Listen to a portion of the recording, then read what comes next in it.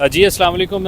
دریا چناب ہیڈمرالہ کے مقام سے میں آپ کو ایک بار پھر جوائن کر چکا ہوں۔ تیز طوفانی بارش اور تیز طوفانی سیلاب یہ یہاں پر اس وقت کے تازہ ترین مناظر ہیں۔ بارش رکنے کا نام نہیں لے رہی اور پانی تھمنے کا نام نہیں لے رہا۔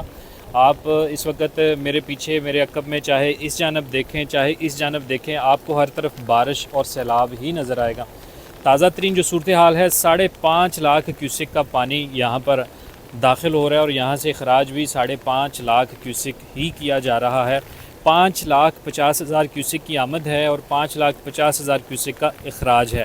بارش اگر نہیں رکے گی تو یہ پانی کا لیول بڑھ جائے گا۔ اگر بارش رک گئی تو پانی امید تو ہے کم ہو جائے گا۔ بڑی سیلابی صورتحال میں مرالہ بیراج دریا چناب کے یہ تازہ ترین مناظر ہیں اور یہاں پر جو اعلیٰ حکام موجود ہیں، جو میری ان سے بات ہوئی ہے، ان کا بھی کہنا یہی ہے کہ اگر تو بارش کیچمنٹ ایریا میں رک جاتی ہے تو یہ پانی جو ہے 2-3 گھنٹوں بعد سیلابی ریلا جو آہستہ آہستہ سے کم ہونا شروع ہو جائے گا۔ لیکن اگر کیچمنٹ ایریا میں بارش نہیں رکتی تو یہ جو پانی کا لیول ہے یہ دوبارہ سے بڑھ سکتا ہے۔ شام کے وقت، رات کے وقت یہ دوبارہ سے 6-7 لاکھ کیوسک تک جا سکتا ہے۔ لیکن میں آپ کو واضح بتاتا چلوں کہ دریا چناب کے یہ جو حالات ہیں یہ اچھے نہیں ہیں۔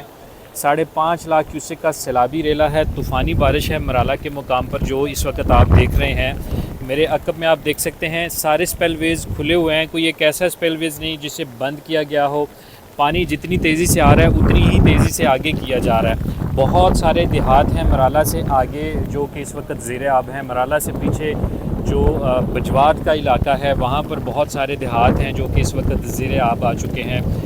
رائٹ ناؤ جس وقت میں آپ سے بات کر رہا ہوں ڈپٹی کمشنر سیالکوٹ صبا صاحبہ جو ہیں، صبا اصغر صاحبہ، وہ پہنچی ہوئی ہیں، وہ مانیٹر کر رہی ہیں ساری صورتحال کو۔ دیگر جو ادارے ہیں وہ بھی مانیٹر کر رہے ہیں، لیکن یہ ساری صورتحال بیٹر اس وقت ہوگی جب کیچمنٹ ایریا میں بارش رک جائے گی۔ بارش رکنے کا نام نہیں لے رہی، پانی تھمنے کا نام نہیں لے رہا۔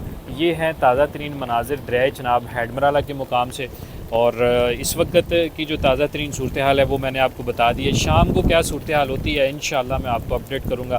دعاؤں میں یاد رکھیے گا، اپنا بے حد خیال رکھیے گا۔ اللہ حافظ۔